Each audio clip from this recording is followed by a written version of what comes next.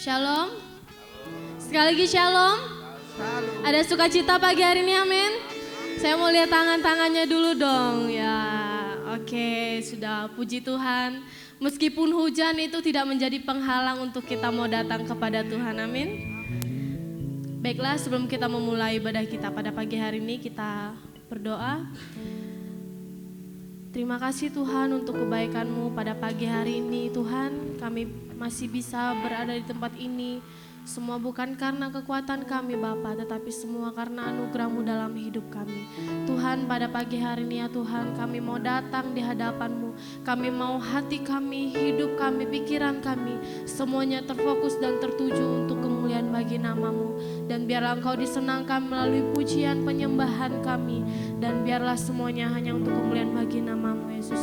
Terima kasih Tuhan, terima kasih. Kita akan naikkan pujian mengatakan suci, suci, suci.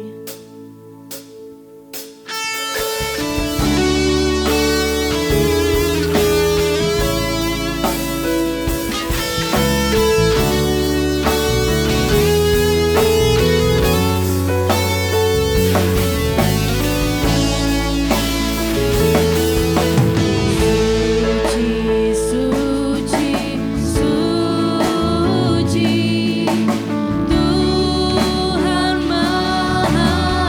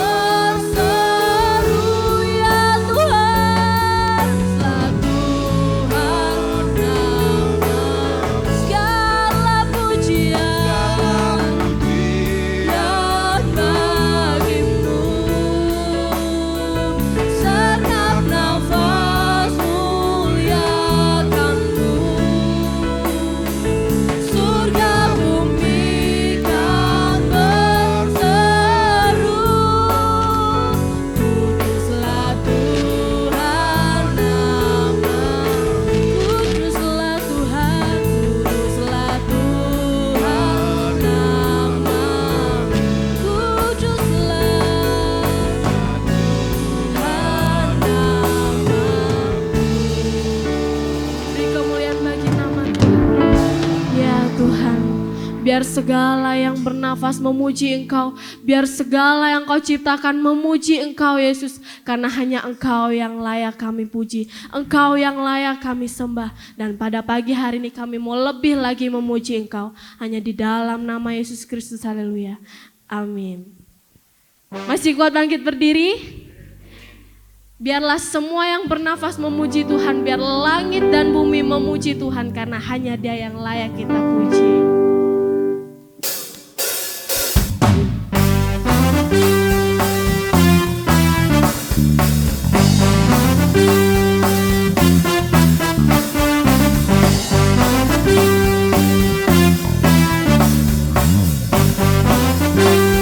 Katakan langit dan bumi, pujilah Tuhan, sebab Dia ciptakan segalanya. Keagungannya mengatasi langit bumi, sembah sujud di hadapannya.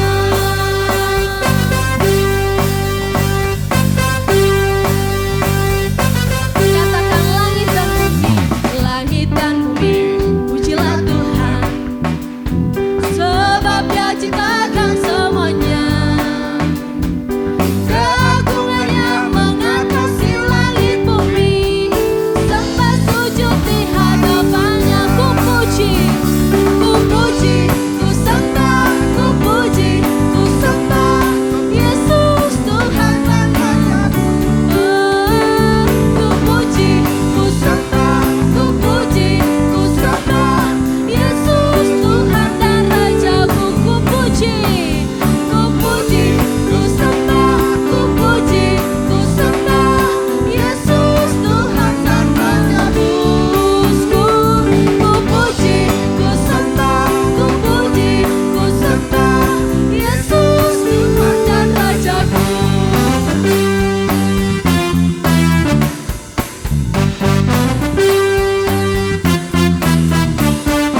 Langit dan bumi, pujilah Tuhan, amin. Sebab Dia ciptakan semuanya. Keagungannya mengatasi langit bumi, sembah sujud di hadapannya. Sekali lagi katakan, langit dan bumi, pujilah Tuhan, sebab Dia ciptakan semuanya. Keagungannya mengatasi langit bumi, sembah sujud di hadapannya. Ku puji, ku sembah, ku puji, ku sembah Yesus Tuhan dan Penebusku. Ku puji, ku sembah, ku puji, ku sembah Yesus Tuhan dan Rajaku. Biarkan musik memuji Tuhan.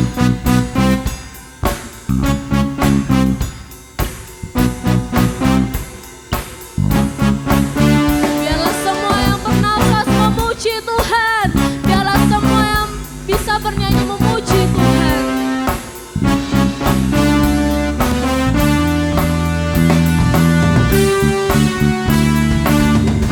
Haleluya, amin. Haleluya, amin.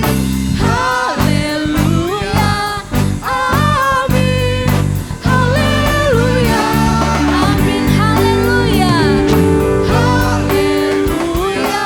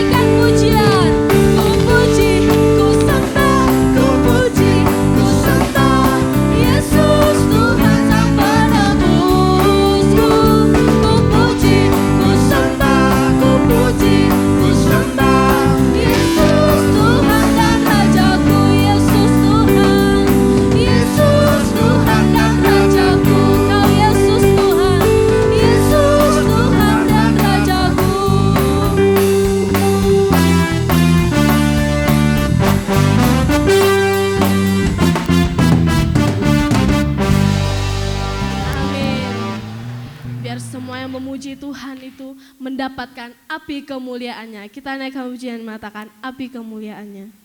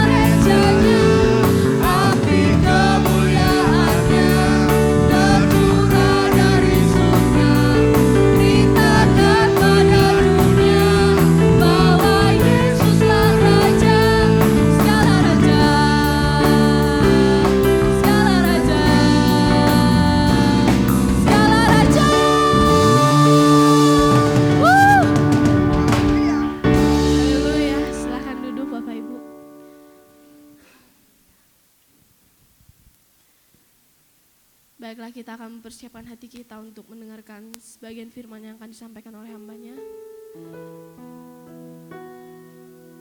Biar kuasa-Mu bekerja Tuhan. Biar kuasa-Mu bekerja pada pagi hari ini. Terima kasih Yesus.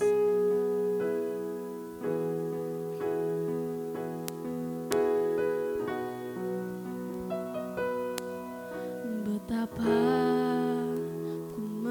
mengasihi-Mu Yesus, hanya Kau satu-satunya Allahku, padamu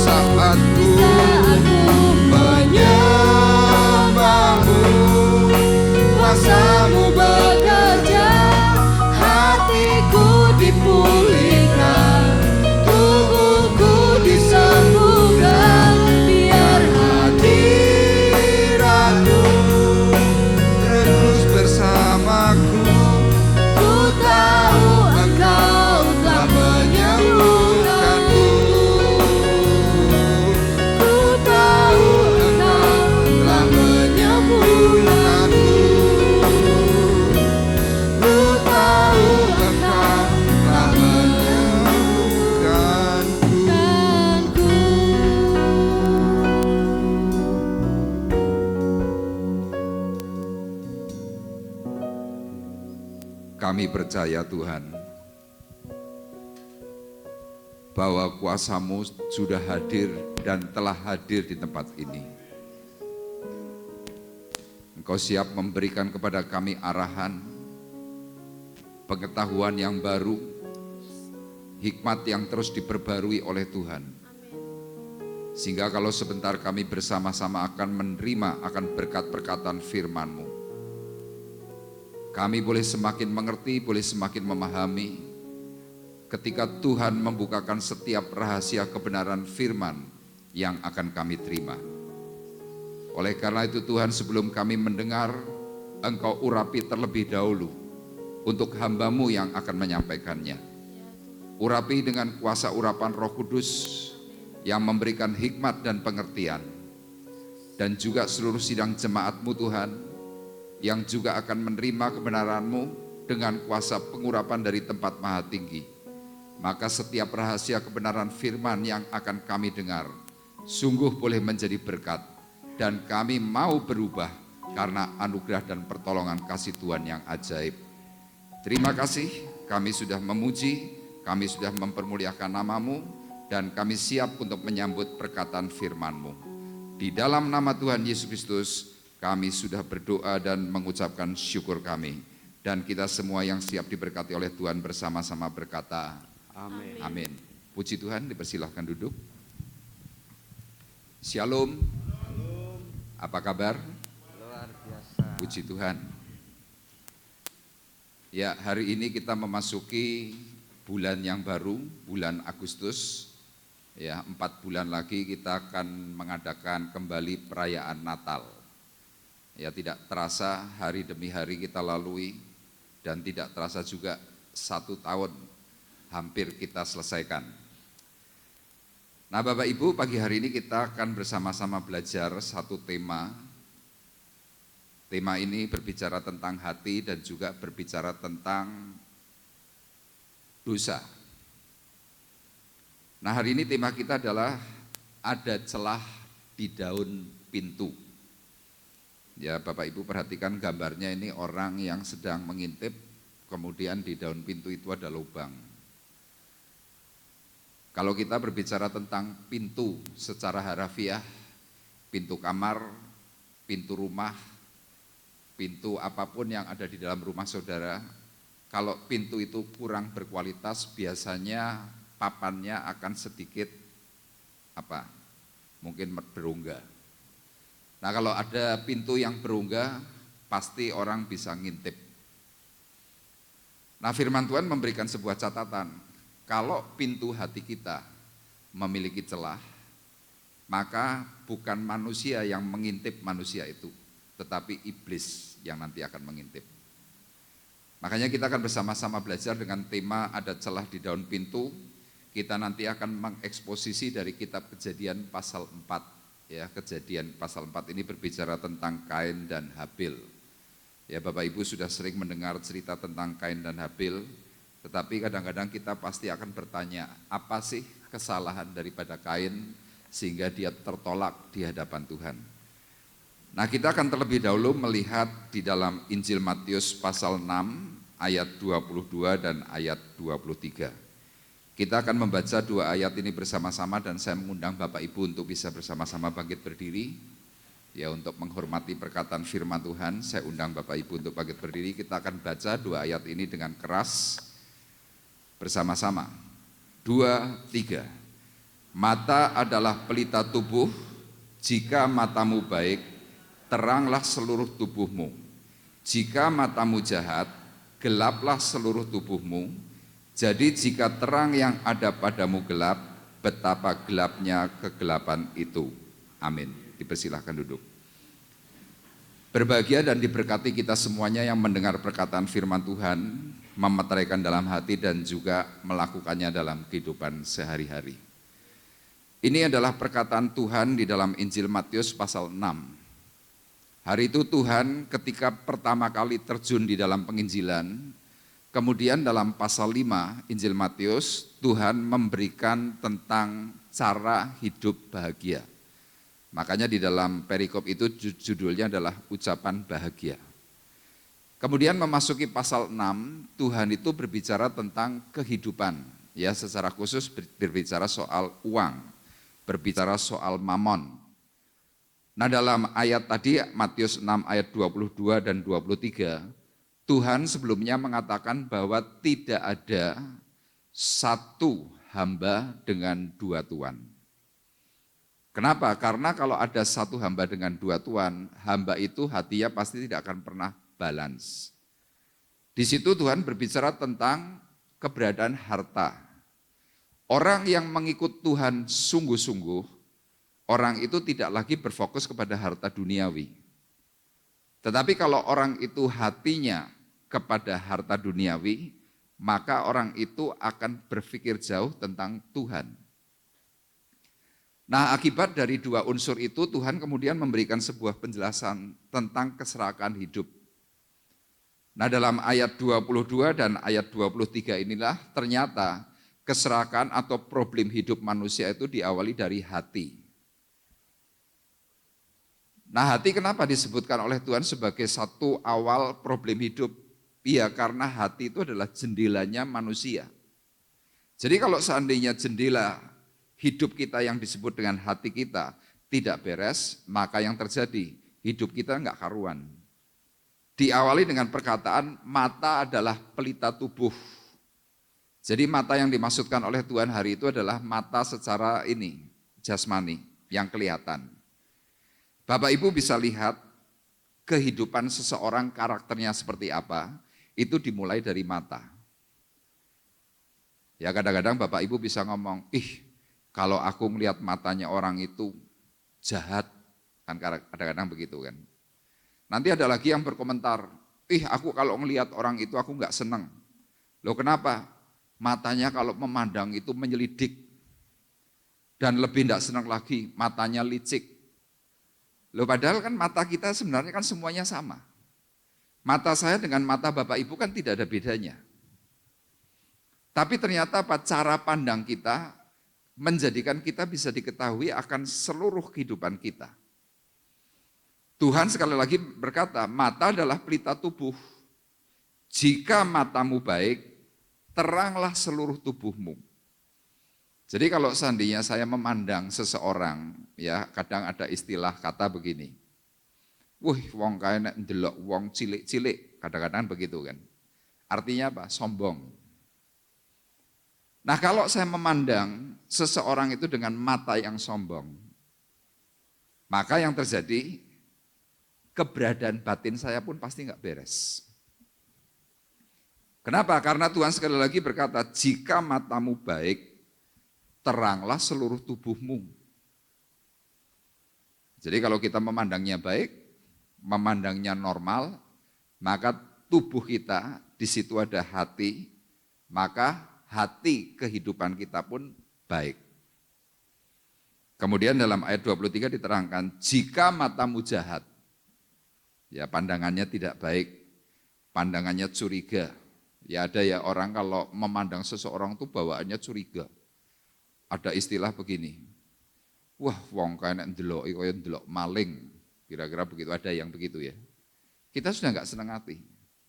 Tuhan di sini berkata sekali lagi, jika matamu jahat, gelaplah seluruh tubuhmu. Jadi jika terang yang ada padamu gelap, betapa gelapnya kegelapan itu. Mata secara jasmani bisa memberikan sebuah tolok ukur karakteristik kehidupan manusia. Tetapi Tuhan tidak hanya berbicara tentang mata secara jasmani yang kelihatan, tetapi secara khusus Tuhan berbicara soal mata batin, mata hatimu. Makanya kalau mata hati kita ini enggak beres, Tuhan berkata, jadi jika terang yang ada padamu gelap, kalau hatimu gelap, betapa gelapnya kegelapan itu. Kalau orang Jawa bilang, peteng dedet. Ya kadang ada loh hidup manusia seperti itu. Diberi sesuatu yang baik tidak bisa.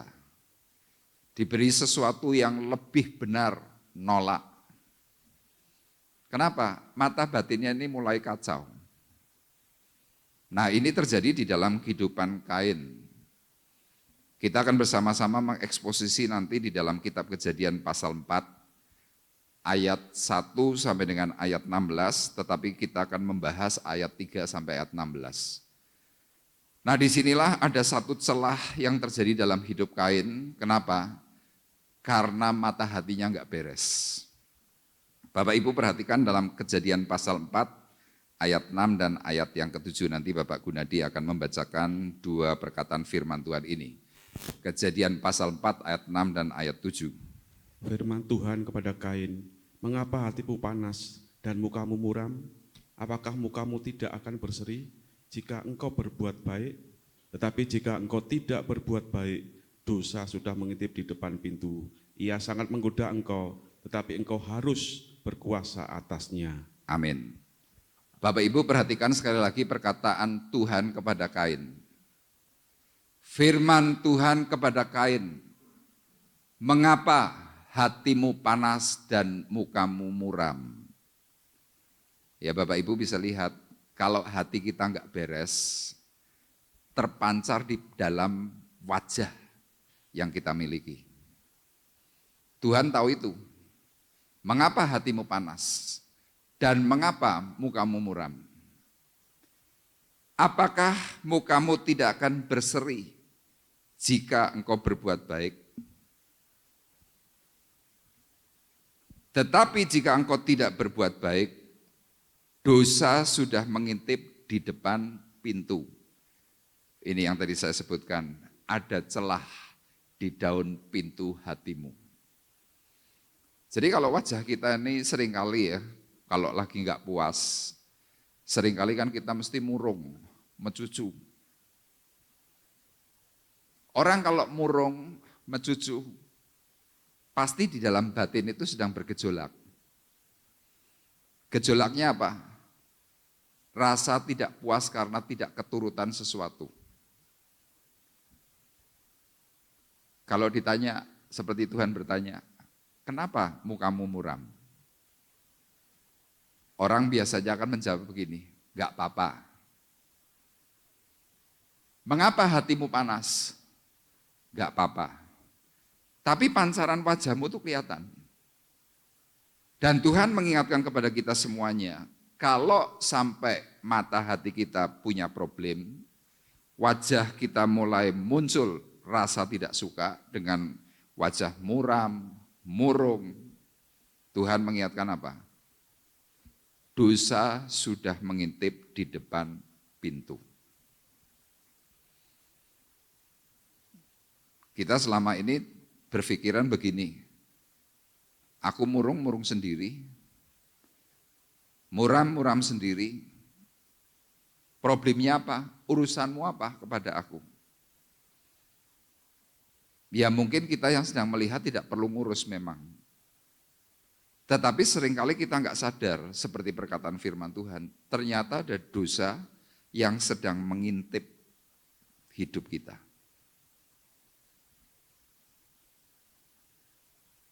Nah, orang-orang yang tidak bisa diingatkan seperti halnya Kain, akhirnya apa?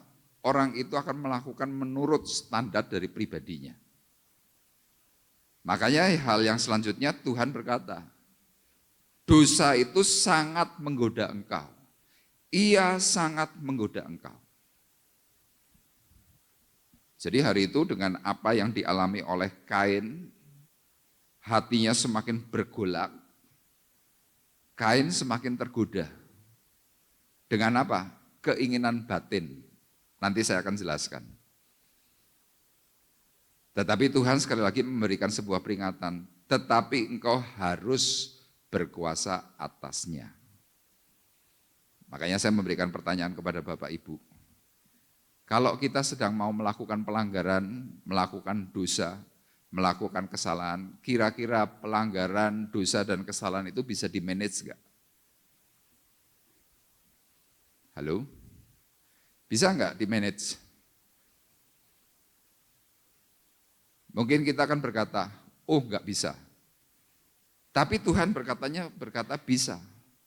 Tetapi engkau harus berkuasa atasnya. Jadi artinya kalau manusia mau melakukan sebuah pelanggaran dosa, orang itu harusnya bisa memanage, bisa mencoba untuk menghentikan. Kenapa? Masalah dosa itu masalah pribadi. Tapi seringkali kita berkata,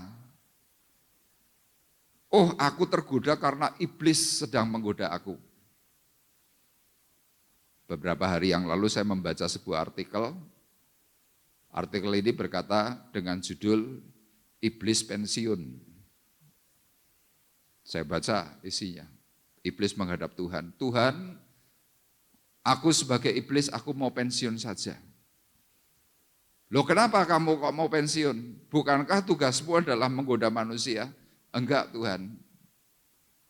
Sekarang bukannya aku yang menggoda manusia, tetapi malah manusia yang menggoda aku. Loh kok bisa? Iya, karena sekarang manusia itu lebih iblis daripada setan yang ada, katanya begitu. Kemudian iblis berargumentasi kepada Tuhan. Tuhan aku enggak kuat. Manusia yang korupsi, katanya disuruh oleh iblis. Manusia yang enak berbuat zina, katanya aku yang suruh dan menguasai hidupnya. Kalau ada pencurian, ada pembunuhan, aku yang jadi korban, padahal aku tidak melakukan apa-apa. Memang di dalam Injil Yakobus dikatakan seperti itu. Kalau keinginan hatimu dibuai, maka akan bisa muncul dosa. Iblis hari-hari ini mungkin juga komplain dengan perbuatan-perbuatan manusia. Tetapi Tuhan mengingatkan, kalau memang benar ada godaan yang datang daripada iblis, Tuhan berkata, tetapi engkau harus berkuasa atasnya. Bisa. Saya waktu baca ayat ini kemudian saya mengingat beberapa kejadian. Suatu hari, saya dari Temanggung pulang ke Semarang, saya mungkin pernah ceritakan ini. Sewaktu saya sampai di Semarang, pintu rumah bagian depan, ruang tamu tiba-tiba rusak. Rusak itu kuncinya nyantol begitu, nggak bisa dibuka, nggak bisa ditutup. Saya kemudian tanya kepada pembantu, Mbak, yang rusakkan pintu ini siapa? Wah enggak tahu Pak. Lah kalau enggak tahu kok rusak? Ya enggak tahu Pak. Saya tanya istri, Lian sing rusake pintu ini siapa? Enggak ngerti. Aku enggak pernah buka yang ini. Saya tanya Michael, Mike yang rusakkan pintu ini siapa? Jawabannya sama. Waktu itu sudah jam 10 malam, saya gregetan, saya ngambil palu. Saya saking jengkelnya, saya sudah mau begini loh. Tiba-tiba Roh Kudus itu cuma ngomong begini, sabar. Tiba-tiba muncul lagi perkataan dalam batin saya, bukankah semuanya bisa rusak? Detik itu juga loh, saya yang sudah pegang palu karena jengkel, palu itu bisa tak letakkan. Saya mulai mikir, benar juga ya. Yang rusakkan pintu ini mungkin memang tidak ada yang tahu. Kalau seandainya ada pun yang merusakkan, ya sudah diperbaiki kira-kira begitu. Kemudian dalam kejengkelan saya coba meredam hati, kemudian saya bongkar handle itu, kemudian slotnya saya coba utak-utik dan ternyata bisa. Di situ saya sadar diri bahwa sebenarnya marah pun bisa di-manage. Amin. Kemudian kejadian kedua, hari itu saya sudah menjadi seorang hamba Tuhan. Saya waktu itu diajak oleh teman saya untuk ikut lomba car audio. Teman saya membawa satu mobil besar, kemudian mau diadu di Jakarta. Nah teman saya ini masih belum bertobat, masih bermain narkoba, masih bermain perempuan, masih judi dan lain sebagainya. Kemudian sekitar jam 7:30 malam kami sampai hotel. Ketika kami sampai hotel, kemudian teman saya berkata begini, Rif, dari kita tinggal ya. Saya bilang, mau kemana? Biasa, jeng-jeng. Kemudian dia mandi, selesai mandi, kemudian dia cepat bergegas. kemudian dia keluar dengan pakaian yang rapi, parfum wangi, kemudian dia pamit kepada saya, Rif tak tinggal ya. Saya cuma ngomong begini, yo hati-hati ya, mulai loh, saya bilang begitu. Sudah dia pergi, nggak sampai setengah jam tiba-tiba dia pulang. Waktu pulang saya tanya, loh kok mulai gasek kenapa? Dia tiba-tiba misuh dengan bahasanya yang seperti biasa begitu. Dia mengatakan sesuatu yang gara-gara kowe. Saya tanya, lu gara-gara aku apa? Lah kowe mau pas lagi aku lunga, kowe ngomong apa? Aku ngomong, hati-hati aja lali mulai, saya bilang begitu. Yo kuwi kata-katamu kuwi, hati-hati, baru kuwi perasaanku enak. Lah terus, aku mikir, aku meh jeng-jeng, waktu itu di highlight, di diskotik. Dia bilang, gara-gara perkataanmu, aku nggak tenang, mending aku pulang. Jadi di sini pun Bapak Ibu bisa tahu, bahwa ketika seseorang mau melakukan perbuatan dosa, ada yang ngelingke. Hanya dengan satu kata, hati-hati. Orang itu pulang dan tidak melakukan dosa. Tuhan sekali lagi berkatanya jelas, tetapi engkau harus artinya apa? Mutlak. Harus berkuasa atasnya. Jadi kalau kita selalu berkata, oh enggak bisa, oh aku enggak mau, itu bukan karena saudara enggak bisa, tetapi saudara sedang mengikuti keinginan batinmu. Makanya dalam ayat firman Tuhan dalam surat Timotius dikatakan orang yang ingin menjadi kaya, orang itu akan terjerat dalam rupa-rupa soal dan akhirnya orang itu bisa jatuh di dalam dosa. Sekarang berapa banyak orang yang seringkali tanpa sadar sedang terjebak dalam namanya dosa. Dosanya apa? Ya macam-macam. Ada dosa zina, ada orang yang dosa karena terjerat selalu nonton video porno, selalu. Ada yang terikat dengan maaf, onani. Sehari bukan hanya cuma sekali, bisa beberapa kali. Ujungnya apa? Stres. Orang itu selalu berkata, aku nggak bisa untuk tidak melakukan itu. Makanya melalui perkataan firman Tuhan pagi hari ini, tujuannya adalah menguasai dosa yang mengintip di depan pintu hati. Tolong ditampilkan tujuannya. Ya kita harus belajar untuk bisa menguasai dosa. Kenapa? Ya karena dosa itu selalu mengintip. Di mana? Di depan pintu hatimu. Jadi kalau kita tidak berhati-hati, pintu hati kita tidak bisa selalu rapat. Pasti ada celah. Seberapa besar celah itu? Kita akan eksposisi kitab Kejadian pasal 4 ayat 3 sampai dengan ayat yang ke-16. Ya kita akan bersama-sama belajar dari kehidupannya Kain. Bapak Ibu seringkali sudah dengar cerita tentang Kain, mungkin kadang-kadang sekali lagi Bapak Ibu mungkin bingung. Kenapa ya? Kok Kain ini ditolak oleh Tuhan? Nama Kain artinya adalah mahir. Nama Kain artinya adalah kemahiran. Nah kita akan bersama-sama belajar kapan celah dosa itu bisa masuk. Yang pertama, ketika hidup orang yang bersangkutan itu tidak berkenan di hadapan Tuhan. Saudara mungkin tanya, loh Kain enggak berkenannya di mana ya? Kita akan lihat. Tolong dibacakan Pak Gun, kitab Kejadian pasal 4 ayat 3 sampai dengan ayat 6. Setelah beberapa waktu lamanya, maka Kain mempersembahkan sebagian dari hasil tanah itu kepada Tuhan sebagai kurban persembahan.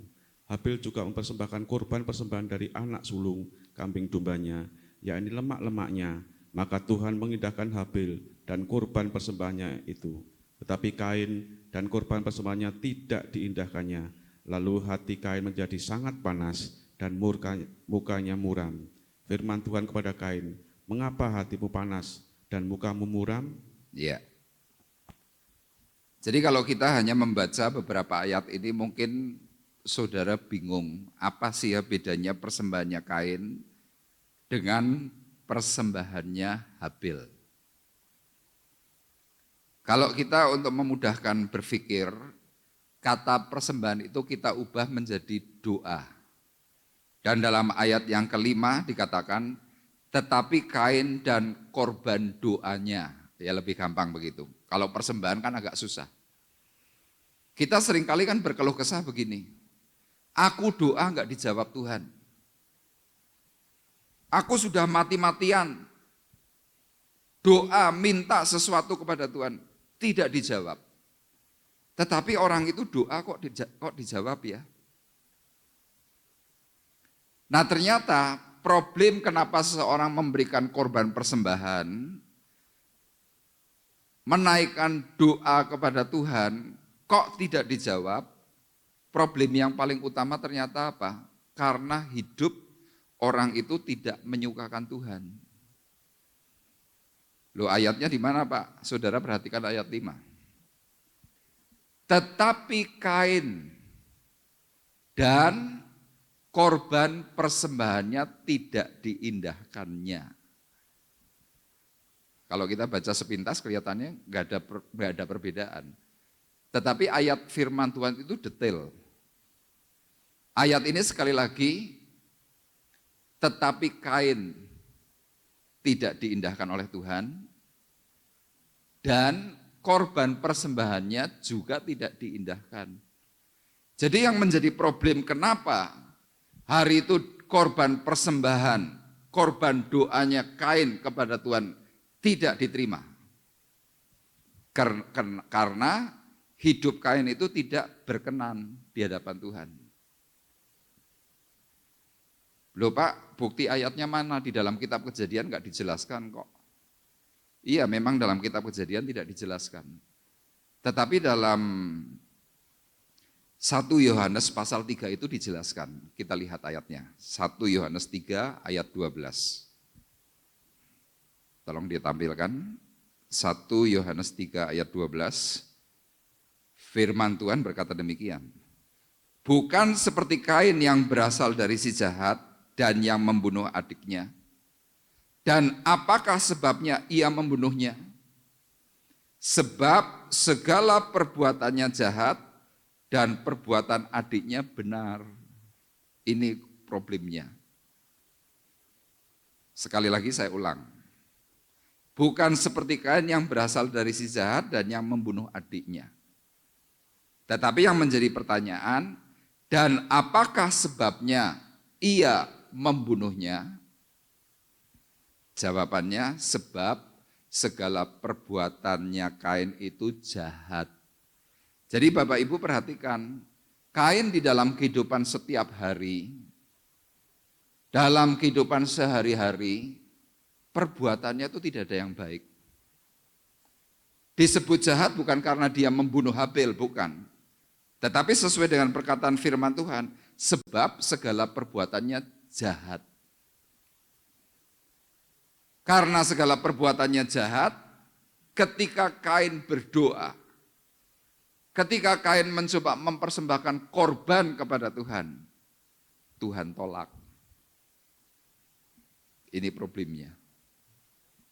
Makanya kalau kita kadang-kadang bertanya, Pak, kenapa kalau saya berdoa kok enggak pernah dijawab oleh Tuhan ya? Jawabannya simpel. Coba kamu evaluasi dirimu. Coba kamu evaluasi hidupmu. Sudah menyenangkan Tuhan atau belum? Kalau Habil, hidupnya itu menyenangkan Tuhan. Kita lihat kembali dalam kitab Kejadian pasal 4.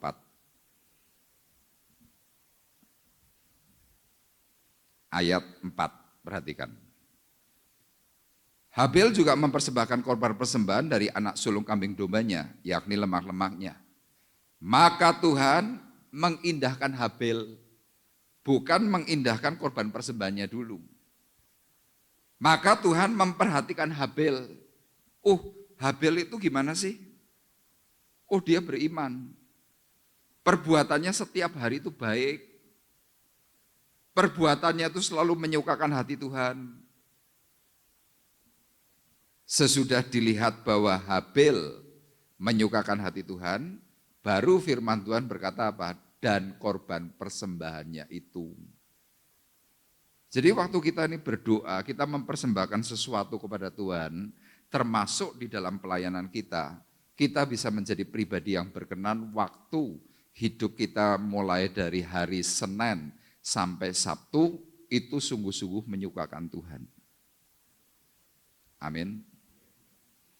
Maafkan saya, kadang-kadang kita ini baik tuh kalau lagi hari Minggu. Baik, ketemu orang bisa kita bahasanya rohani.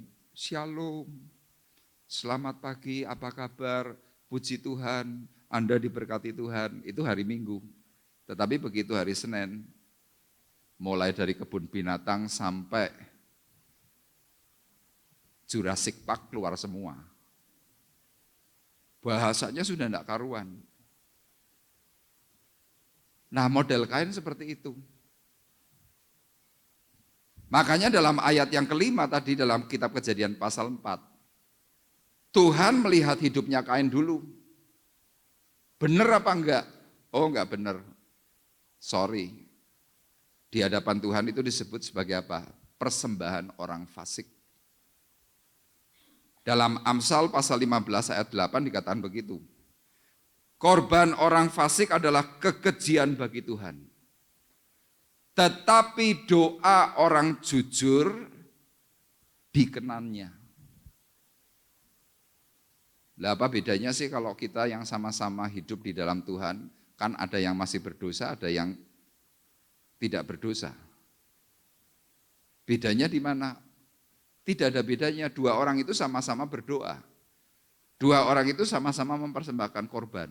Tetapi ketika kita sedang mencoba memberikan korban persembahan terbaik kepada Tuhan, Tuhan lihat, kamu fasik. Fasik itu apa sih Pak? Fasik itu adalah orang yang tahu kebenaran firman Tuhan tetapi tidak mau melakukan, itu fasik. Jadi di hadapan Tuhan persembahan modal begitu bagaimana? Kekejian. Loh kok bisa kekejian? Iya, kamu cuma mau merayu Tuhan. Supaya apa? Setiap kesalahan yang aku perbuat kemudian dikompromikan, Tuhan memberikan pengampunan. Itu seperti cerita minggu yang lalu. Ayub bersama kehidupan anak-anaknya. Ayub tahu dia berbuat dosa. Ayub tahu anak-anaknya berbuat dosa. Tetapi lihat, Ayub memohonkan ampun kepada Tuhan. Tuhan ampuni anakku. Tidak ditegur, tidak diingatkan. Ayub mempersembahkan korban. Akibatnya apa? Tuhan didatangi iblis. Iblis cuma ngomong, Tuhan kalau engkau cabut pagar kemuliaannya, aku akan cobai dia. Nah hidup Kain seperti itu. Mencoba berkompromi dengan apa yang sudah dia lakukan. Suatu hari ada seorang pria bertanya kepada saya, Pak Arif, aku lagi tidak suka dengan Tuhan. Dia cerita begitu. Saya tanya, lo kenapa? Pokoknya Tuhan ranggenah. Wih, berani ngomong begitu. Saya bilang, apa masalahnya? Dia cerita, 2 minggu yang lalu aku tabrakan. Loh kok bisa? Iya, nek tabrakannya dia bilang begitu. Dengan orang yang normal saya masih bisa terima. Lah terus? Aku tabrakan itu dengan orang yang tangannya cuma satu katanya. Lah kok bisa? Iya, tangan satu nyetir. Sehingga singkat cerita, kejadiannya di daerah mana itu sebelum Malang. Lagi tikung-tikung begitu. Tiba-tiba di tikungan itu aduh arep. Duar. Orang yang tangannya satu pakai L300, orang yang komplain kepada Tuhan pakai Isuzu Panther Hybrid. Waduh, remek. Kemudian saya tanya, kok bisa kamu sampai situ kemudian tabrakan? Dia cerita, aku kemarin hanya ulang tahun, lah terus aku mau memberikan sedekah kepada yatim piatu di Malang. Terus, lo maksudku kan baik, aku mau nolongin orang yatim piatu, tapi yang tak dapat lihat, tabrakan, berarti kan Tuhan ranggenah. Orang itu bilang begitu. Saya bilang, maaf ya, kamu mencoba nyogok Tuhan, saya bilang begitu. Loh kok bisa nyogok? Lah coba perhatikan hidupmu. Kamu setiap hari dolanannya dukun. Keris di rumahmu, menyan di rumahmu berapa tingginya coba? Hari ini kamu mencoba baik-baikin Tuhan supaya apa yang kamu lakukan kelihatannya menyenangkan Tuhan. Sorry ya, Tuhanmu itu lebih kaya daripada apa yang kamu miliki. Saya bilang begitu. Ketika saya berbicara seperti itu, orang ini merenung. Dia bilang, berarti uripku ora bener ya? Ya enggak bener lah. Ibadah enggak pernah, dolanannya dukun, mainannya keris, mainannya menyan dan lain sebagainya. Tapi kamu mencoba kompromi sama Tuhan. Ini satu contoh. Kadang-kadang dalam hidup kita ini, ya sebagai orang Kristen, berapa banyak kita yang Kristen masih sering pergi ke dukun? Berapa banyak kita yang masih selalu tanya hari baik, hari tidak baik? Mau kerja begini tanya, mau kerja begitu tanya. Nanti gilirannya dukun tidak bisa memberikan jawaban, tanyanya sama Pak Pendeta. Pak Pendeta, saya paling cocok kerja apa ya? Dia cuma tanya tok, enggak melakukan cepat. Saya seringkali cuma memberikan satu jawaban, enggak usah banyak tanya. Kerja, doa. Pasti kalau di dalam Tuhan kau pasti berhasil. Orang seringkali tidak mau melakukan hal benar terlebih dahulu. Nah ternyata Kain modelnya orang seperti itu. Kain ini orang yang sukanya apa? Cari panggung. Sukanya penampilan. Sukanya apa? Show, performa. Dipikirnya kalau sudah performanya bagus di atas mimbar misalkan, itu dianggap benar. Tidak. Kenapa saya berani mengatakan seperti itu tadi di dalam kitab Kejadian pasal 4 ayat yang kelima. Kita ulang lagi, perhatikan. Tetapi Kain dan korban persembahannya tidak diindahkannya. Tidak diperhatikan oleh Tuhan. Orang kalau sukanya itu suka cari perhatian, suka cari panggung, coba orang itu enggak usah direken. Orang itu enggak usah dikasih jadwal. Orang itu tidak usah diberi penampilan yang bisa dilihat orang. Coba, saya berani jamin, orang itu pasti marah. Kalau sudah marah gimana? Mutung, merasanya apa? Aku ora dinggokke. Nah model Kain itu seperti itu. Dan ketika Tuhan itu sedang tidak menerima korbannya Kain, itu tes. Makanya Bapak Ibu perhatikan, kadang kita yang punya api membara di dalam pelayanan, membara di dalam aktivitas yang bersifat rohani. Pertanyaan saya begini, apakah Tuhan pasti meluluskan keinginan hatimu yang sedang membara? Jawabannya tidak. Tuhan akan redam itu. Sampai kapan? Sampai hidupmu stabil. Saya berani berkata begitu, kenapa? Saya pernah ngalami. Dulu di awal-awal tahun pertama saya terjun dalam pelayanan, api roh saya itu pembaranya setengah mati. Kepenginnya semuanya tak cakep. Tapi ketika saya mencoba terjun dalam pelayanan yang bersifat rohani, Pak Bekti itu selalu ngeredam. Ngeredamnya bagaimana? Enggak boleh. Saya mikir, aduh pelayanan kok dingel-ngel kenapa toh? Saya dulu enggak paham. Saya sempat jengkel, saya sempat mutung. Tetapi berjalannya waktu, saya mulai paham. Pahamnya di mana? Di dalam penjelasan tentang Kemah Suci Tabernakel.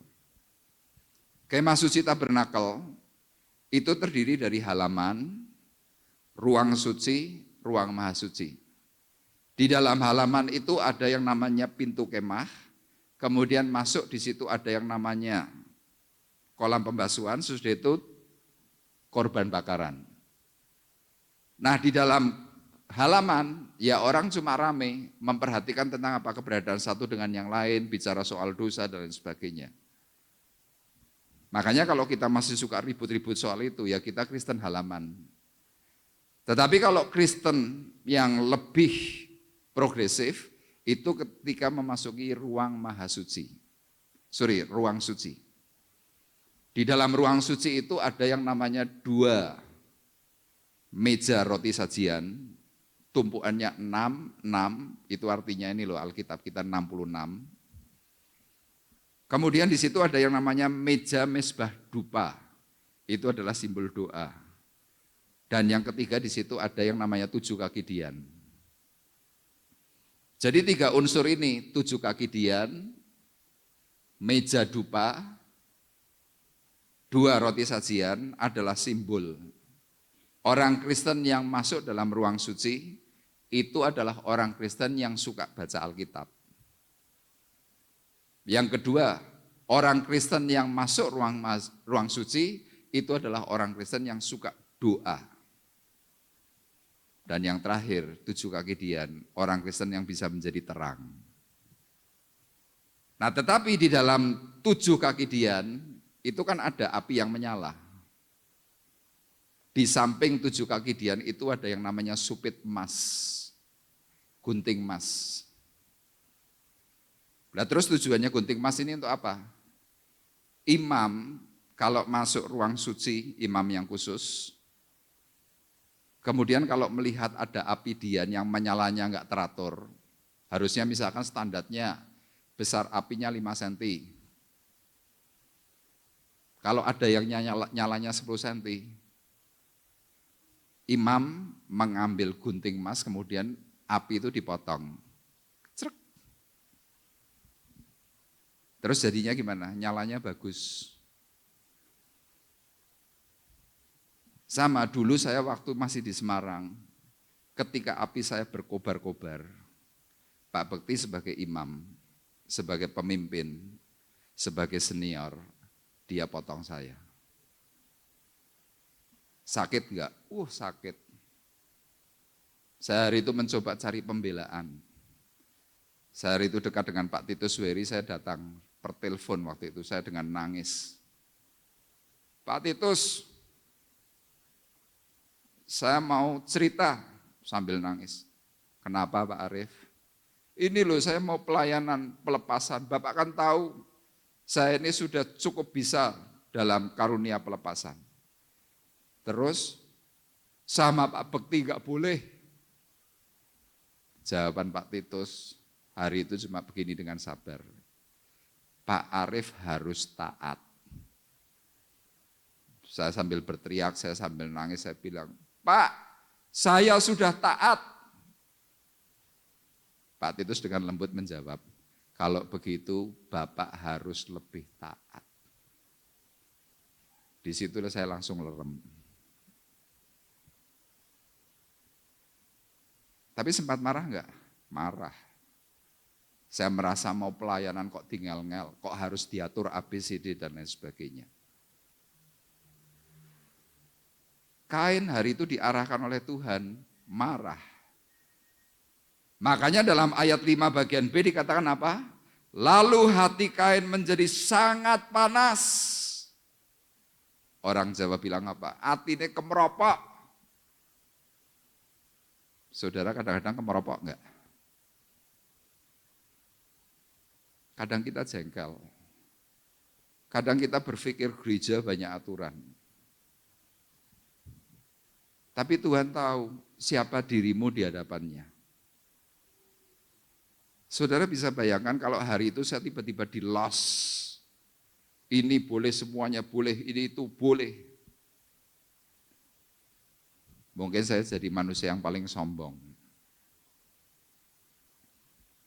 Kenapa sombong? Merasa semuanya bisa. Daud pernah nggak dipotong oleh Tuhan? Pernah. Waktu dia mencoba ingin membangun bait suci Allah. Dia cerita kepada Nabi Nathan, aku mau membangun rumah Allah. Cerita macam-macam.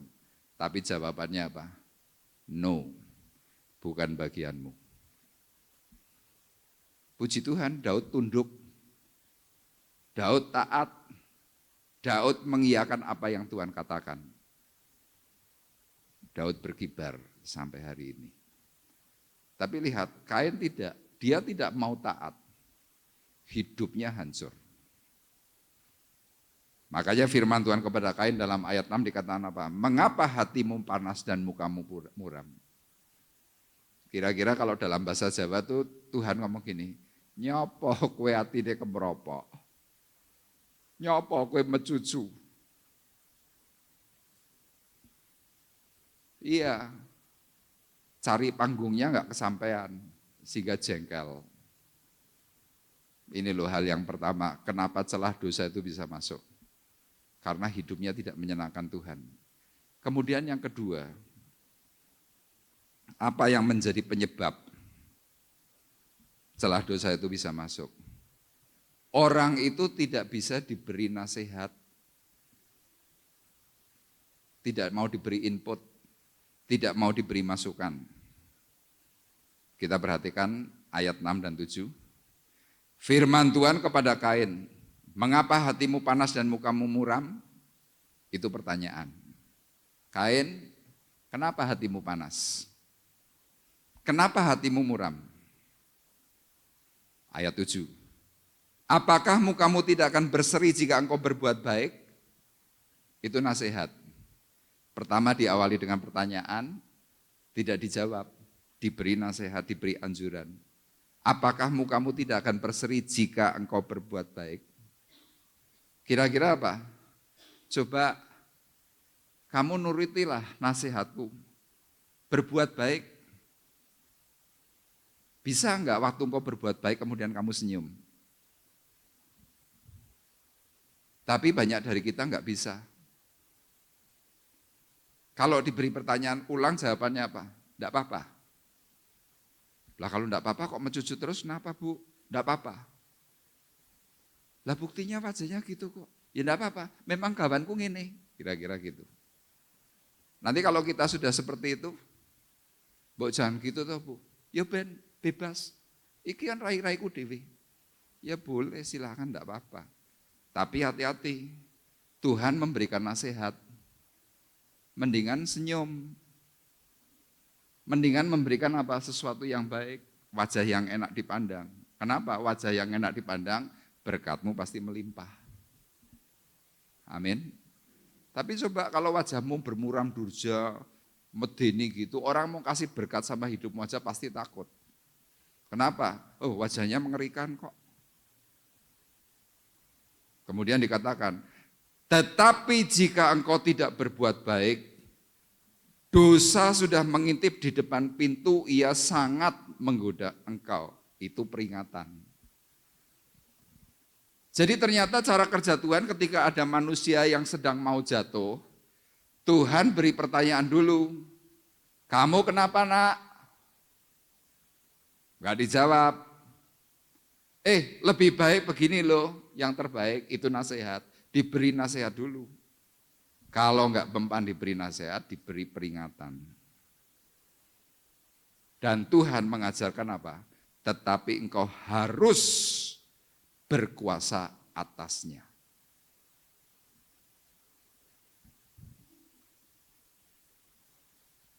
Kain hari itu berpikir bahwa dengan korban persembahannya itu, dia bisa mencoba untuk apa? mengkompromikan Tuhan di dalam hidupnya. Tetapi kalau Bapak Ibu perhatikan dalam kitab Nabi Yesaya pasal 1, kita perhatikan. Tolong Pak Gun dibacakan.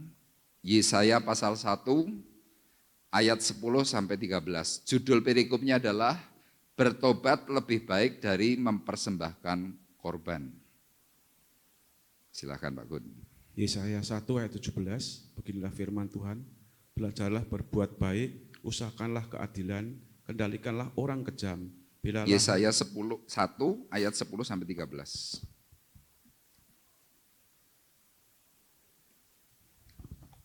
Yesaya 1 ayat 10 sampai 17. 13.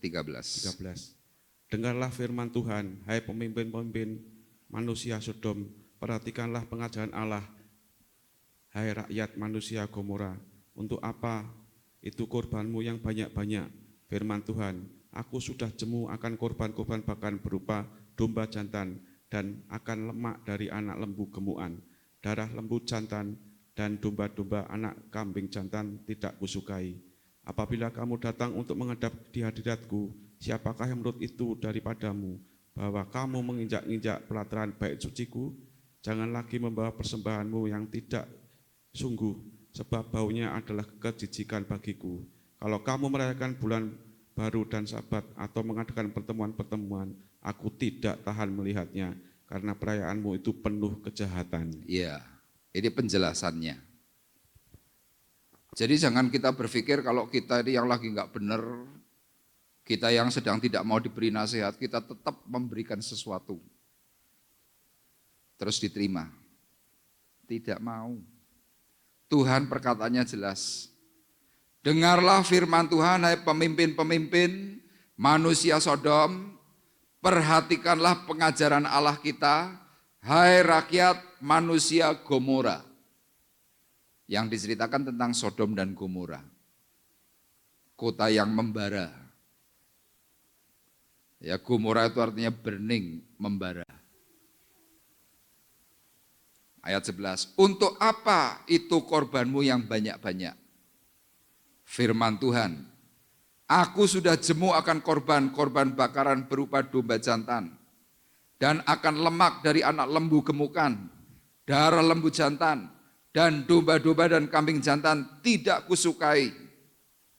Apabila kamu datang untuk menghadap di hadiratku, siapakah yang menuntut itu daripadamu? Bahwa kamu menginjak-injak pelataran bait suciku. Jangan lagi membawa persembahanmu yang tidak sungguh, sebab baunya adalah kejijikan bagiku. Kalau kamu merayakan bulan baru dan sabat atau mengadakan pertemuan-pertemuan, aku tidak tahan melihatnya, karena perayaanmu itu penuh kejahatan. Loh, Tuhan tuh memberitahu, memberi perkataan. Wes toh, daripada kamu berkorban, mendingan kamu tobat dulu. Tobat dulu, enggak usah bawa apa-apa. Serahkan dirimu dulu. Terima nasihatku.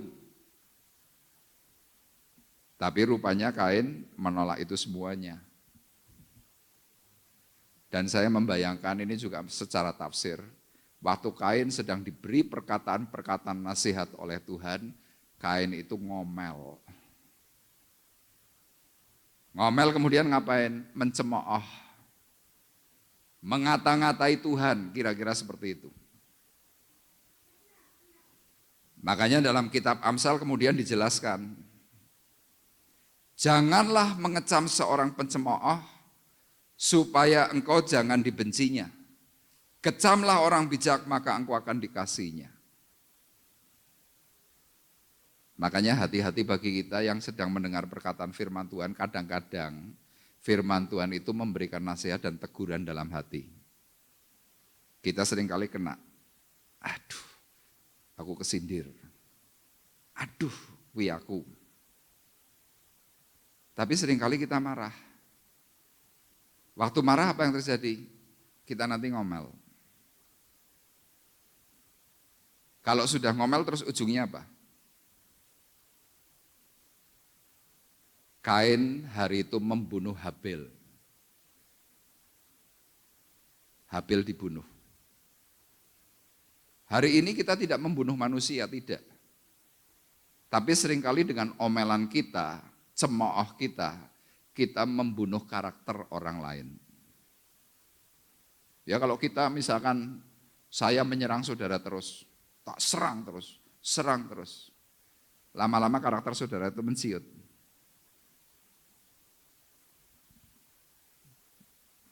Makanya lihat, termasuk dalam rumah tangga. Pasanganmu menciut oleh pasanganmu. Kenapa? Engkau ngomong terus hal-hal yang negatif. Dan ada tipe-tipe orang tertentu, seperti model kayak Kain. Tipenya bagaimana? Tidak senang kalau ada orang senang. Ya kalau ada orang senang, hatinya tidak senang. Kenapa? Cemburu. Terus gimana orang itu karakternya seperti Kain? Orang seperti ini senang kalau lihat orang susah. Kalau ada orang susah, senang. Tapi akan susah kalau lihat orang senang. Ya kan kadang seperti itu kan, kalau ada teman kita senang, kita malah tidak senang, susah hati. Tapi kalau ada orang susah, kita malah senang. Itu kira-kira gitu. Itulah sebabnya celah daripada dosanya Kain itu merambat semakin besar. Dan yang terakhir, yang ketiga, hasil dari celah dosa yang masuk atas dirinya Kain. Yang ketiga, Kain tidak mengalami ketenangan hidup. Hidupnya kemerungsung. Ya nanti Bapak Ibu baca di dalam kitab Kejadian 4 ayat 12 sampai 14. Di sini saya rangkum. Pada akhirnya Kain hidup dalam ketakutan. Itu ditulis dalam ayat 12. Usaha pekerjaannya didapat dengan susah payah. Kemudian dalam ayat 14 dikatakan apa? Tidak mendapatkan ketenangan. Jadi kerjanya kemerungsung. Kerja itu tidak bisa mengandalkan Tuhan sepenuhnya. Yang muncul cuma rasa khawatir, yang muncul rasa takut, yang muncul perasaan-perasaan cemas, tidak karuan. Kain mengalami itu semua. Kenapa? Tidak bisa diberi nasihat. Ya kadang-kadang Bapak Ibu mungkin ketemu dengan orang, misalkan ada orang memberikan satu nasihat. Nanti orang itu bisa nyerang yang memberi nasihat itu dengan 10 kata-kata. Diberi nasihat lagi 5, nyerangnya 20. Lah model Kain itu seperti itu. Makanya apa? Dia tidak pernah tenang. Dalam hidupnya dia mengalami kekacauan. Dan ada selalu perasaan-perasaan apa? Ada orang yang nanti akan membunuh aku. Sama, kita tiba-tiba bisa menjadi orang yang paranoid. Diawali dari apa? Pertama dari stres. Kalau stres sudah mulai mengikat diri kita, nanti muncul depresi.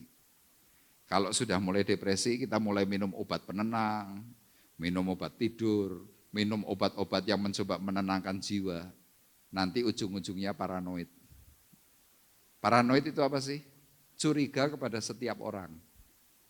Jadi kalau ada orang datang kepada dirimu, nanti kamu berpikirnya begini, mesti ada maunya. Nanti didatangi lagi, ngomong, alah kunjungannya orang niat. Apa macam-macam dan sebagainya. Tingkat paranoid itu menjadikan orang itu apa? Hidupnya jauh dari Tuhan. Makanya yang terakhir kita perhatikan, Kejadian 4 ayat 16. Tolong ditampilkan. Kita baca bersama-sama satu ayat ini dengan keras, 2, 3. Lalu Kain pergi dari hadapan Tuhan dan ia menetap di tanah Nod di sebelah timur Eden. Satu ayat ini bisa menjelaskan kepada kita.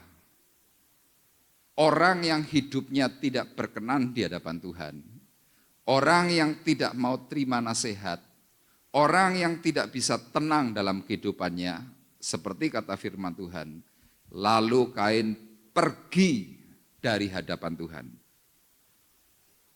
Pergi dari hadapan Tuhan artinya apa? Tidak mau doa, tidak mau baca firman, tidak mau ibadah. Standar yang dipakai apa? Ya dirinya. Standarnya bagaimana? Oh, aku sudah begini, aku sudah melakukan ini, aku sudah melakukan itu. Tapi tidak sadar orang itu sedang pergi dari hadapan Tuhan. Kemudian kalau sudah pergi dari hadapan Tuhan, orang itu ngapain? Tolong ditampilkan lagi ayatnya. Kalau sudah pergi dari hadapan Tuhan, orang itu dikatakan dalam ayat ini, ia menetap di tanah Nod. Saudara tahu arti kata Nod? Nod itu artinya mengembara. Jadi kalau orang sudah mulai pergi dari hadapan Tuhan, hobinya kalau di dalam gereja ngapain? GKJJ. Saudara tahu GKJJ? Gereja Kristen jalan-jalan. Mencoba cari yang baik. Mencoba, oh ini baik, ini baik, ini baik, dirangkum. Tapi nanti ujungnya sama. Tidak puas lagi, kenapa? Mengembara lagi. Dan kalau sudah dua unsur ini terpenuhi, selanjutnya dikatakan apa? Di sebelah timur Eden. Timur Eden itu artinya apa? Kemerosotan rohani. Adam sewaktu melakukan perbuatan dosa, Tuhan berkata kepada Adam, Adam diusir ke sebelah timur Eden.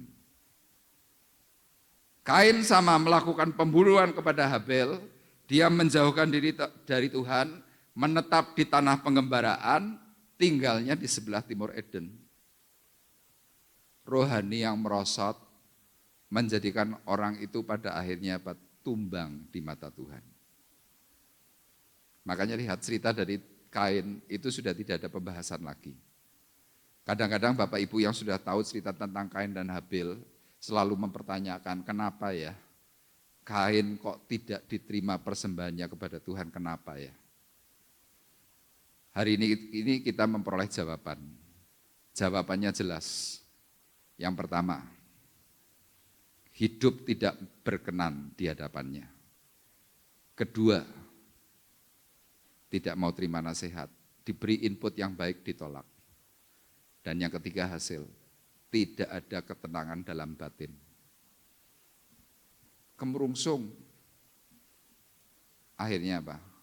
Tidak tercatat dalam buku kehidupan. Kenapa? Tumbang. Amin, Tuhan memberkati kita.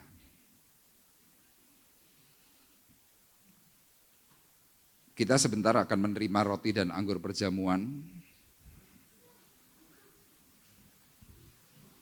Untuk petugas bisa mempersiapkan diri.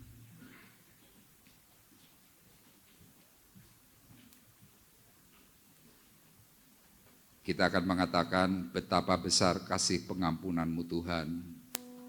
Tak kau pandang hina hati yang hancur.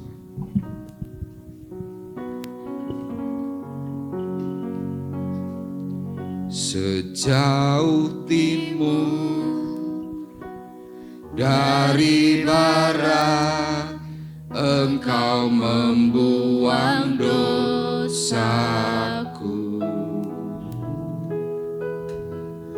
Tiada kau ingat lagi pelanggaranku. Jauh ke dalam tubir laut, jauh ke dalam tubir laut, kau melemparkan dosaku. Tiada kau perhitungkan kesalahanku.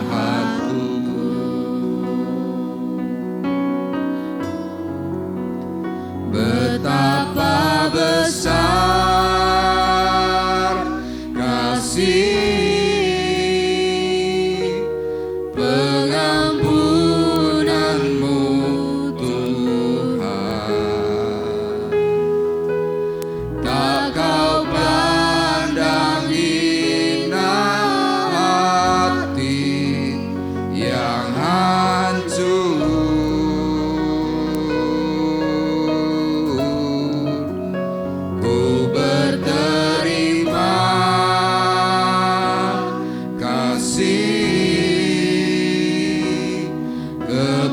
kepadamu ya Tuhan,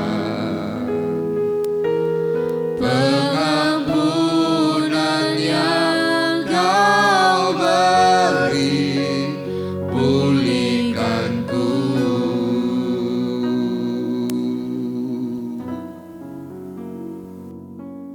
Biarlah pagi hari ini, ketika kita bersama-sama sudah mendengar apa yang Tuhan katakan dalam peristiwa Kain dan Habel, pertanyaan kita tentang keadaan Kain yang doa persembahannya kepada Tuhan ditolak. Hari ini kita bisa bersama-sama belajar, karena ternyata dalam keseharian Kain tidak menyukakan hati Tuhan. Pribadinya dari hari ke hari, firman Tuhan memberikan catatan, dia selalu berbuat jahat. Sehingga ketika dia berkorban di hadapan Tuhan, korban itu ditolak. Karena Kain fasik, dia tidak mau mengikuti aturan yang Tuhan nyatakan. Dan ketika Tuhan memberikan nasihat, Kain tetap pada pendiriannya, dengan kemarahannya, dengan kejengkelannya. Dan pada akhirnya Kain tidak mengalami ketenangan dalam hidup. Mari pagi hari ini bersama-sama kita kembali merenung, mengevaluasi apa yang sedang terjadi dalam hidupmu. Mungkin kau ada kesalahan, ada pelanggaran yang tidak pernah engkau pikirkan. Engkau tidak pernah menduga bahwa itu adalah dosa. Tetapi kita perlu meyakini ketika Tuhan berbicara melalui berkat perkataan firman-Nya, Tuhan sedang membuka hati supaya hidupmu dipulihkan. Engkau disadarkan akan tingkat kesalahan-kesalahan yang sudah pernah kau alami.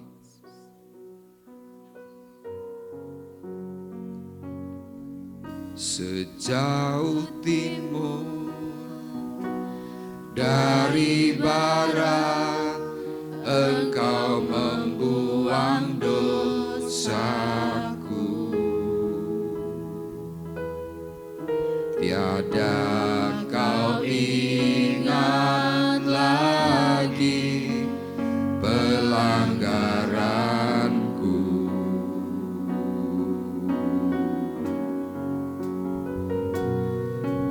Jauh ke dalam tubir laut, Kau melemparkan dosaku. Tiada Kau perhitungkan kesalahanku. Betapa besar kasih pengampunanmu Tuhan. Tak Kau pandang hina, tak Kau pandang hina hati yang hancur. Ku berterima kasih kepadamu ya Tuhan. Pengampunan yang Kau beri, pulihkanku. Pengampunan yang Kau beri, pengampunan yang Kau beri, pulihkanku. Saya mengundang petugas perjamuan kudus untuk tampil ke depan. Kita bersama-sama mempersiapkan hati dan diri kita kepada Tuhan.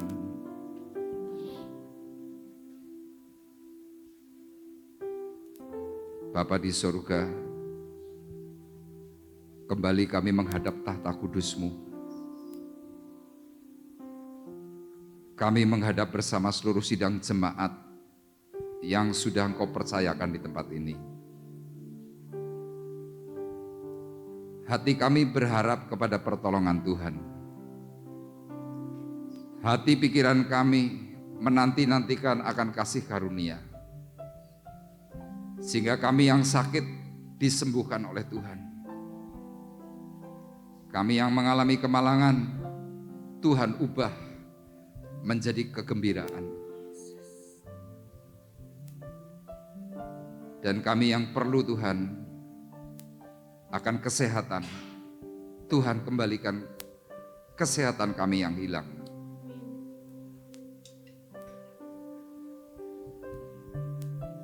Kami menghampiri tahta kudus-Mu,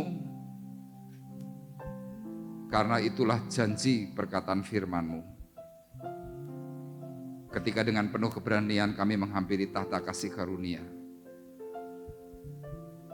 maka Tuhan memberikan rahmat serta kasih karunia kepada kami. Melalui roti dan anggur perjamuan yang sebentar akan kami terima. Tuhan, terlebih dahulu Engkau kuduskan, sucikan roti dan anggur menjadi substitusi, menjadi pengganti akan darah dan tubuh-Mu yang kudus yang memerdekakan kami semua. Tuhan, Kau juga memberkati hamba-hamba-Mu yang sebentar akan menjalankannya. Urapi dari tempat yang maha tinggi, sehingga impartasi yang terbaik yang akan diterima oleh sidang jemaat Tuhan. Demikian juga Engkau memberkati akan sidang jemaat-Mu yang akan menerimanya dengan pengudusan, sehingga mereka dimerdekakan oleh Tuhan. Terima kasih, kami menyambut roti dan anggur perjamuan di dalam nama Tuhan Yesus Kristus. Haleluya. Amin.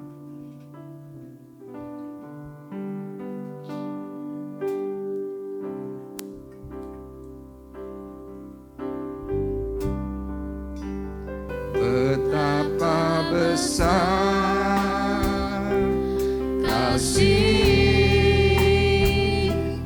pengampunan-Mu Tuhan. Tak Kau pandang hina hati yang hancur.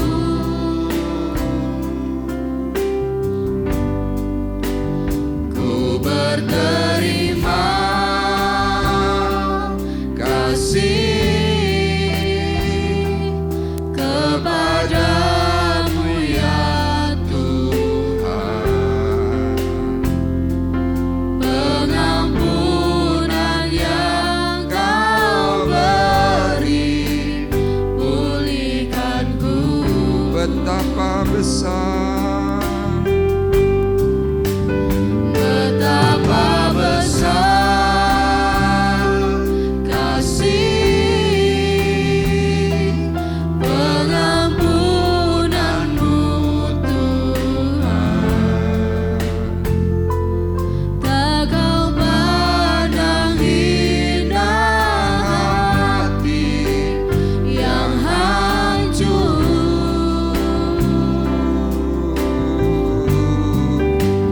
Ku berterima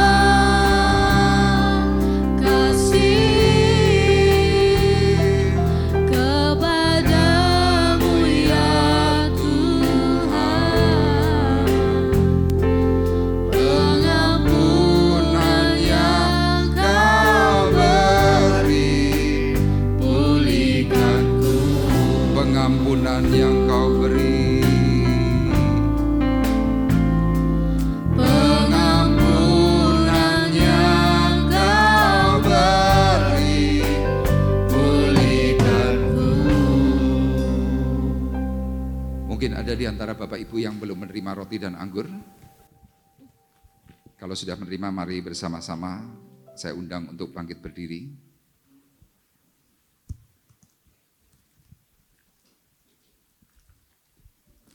Kita akan membuka roti dan anggur terlebih dahulu untuk kita persiapkan.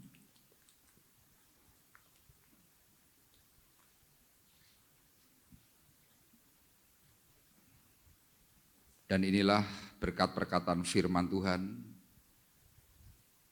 Sebab apa yang telah kuteruskan kepadamu telah aku terima dari Tuhan, yaitu bahwa Tuhan Yesus pada malam waktu ia diserahkan, ia mengambil roti. Dan sesudah itu ia mengucap syukur atasnya, ia memecah-mecahkannya dan berkata, inilah tubuhku yang diserahkan bagi kamu. Perbuatlah ini menjadi peringatan akan aku. Demikian juga ia mengambil cawan. Sesudah makan lalu ia berkata, cawan ini adalah cawan perjanjian baru yang dimeteraikan oleh darahku. Perbuatlah ini setiap kali kamu meminumnya menjadi peringatan akan aku. Sidang jemaat Tuhan terkasih, marilah kita bersama-sama mengangkat roti lebih tinggi dari kepala kita masing-masing. Dan terimalah berkat perkataan firman-Nya. Aku berbicara kepadamu sebagai orang-orang yang bijaksana. Pertimbangkanlah sendiri apa yang aku katakan. Karena roti adalah satu, maka kita sekalipun banyak adalah satu tubuh. Karena kita semua mendapat bagian dalam roti yang satu itu. Bukankah roti yang kita pecah-pecahkan adalah persekutuan dengan tubuh Kristus? Amin. Dalam nama Tuhan Yesus Kristus kita makan bersama-sama.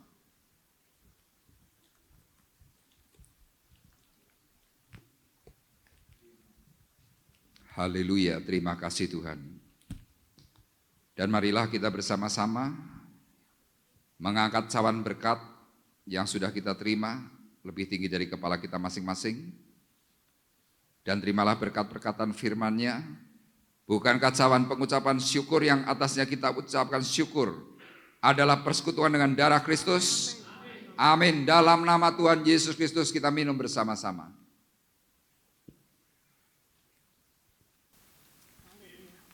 Haleluya.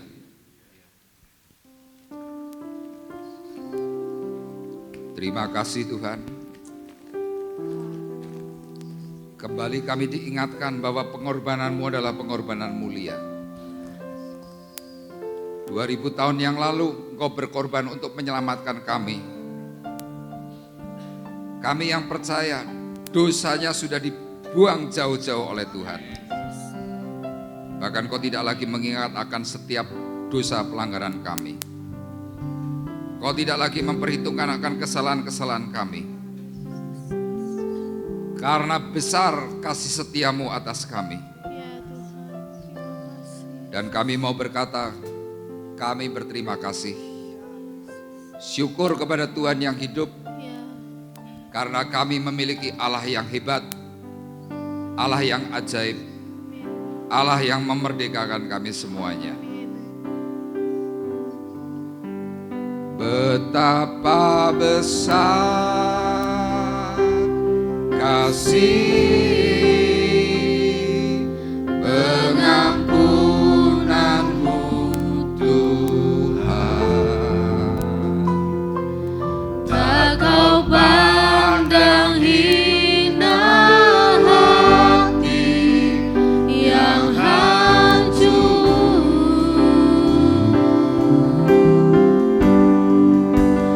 Ku berterima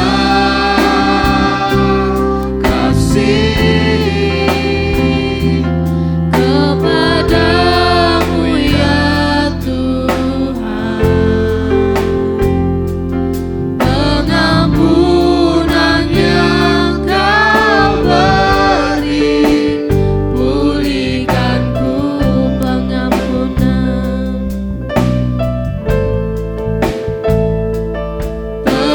Pengampunan yang Kau beri, pulihkanku. terima kasih Tuhan, terima kasih untuk segalanya. Kami bersyukur kepadamu ya Yesus, terima kasih. Dalam nama Yesus Kristus, haleluya, amin. Silakan duduk kembali Bapak Ibu.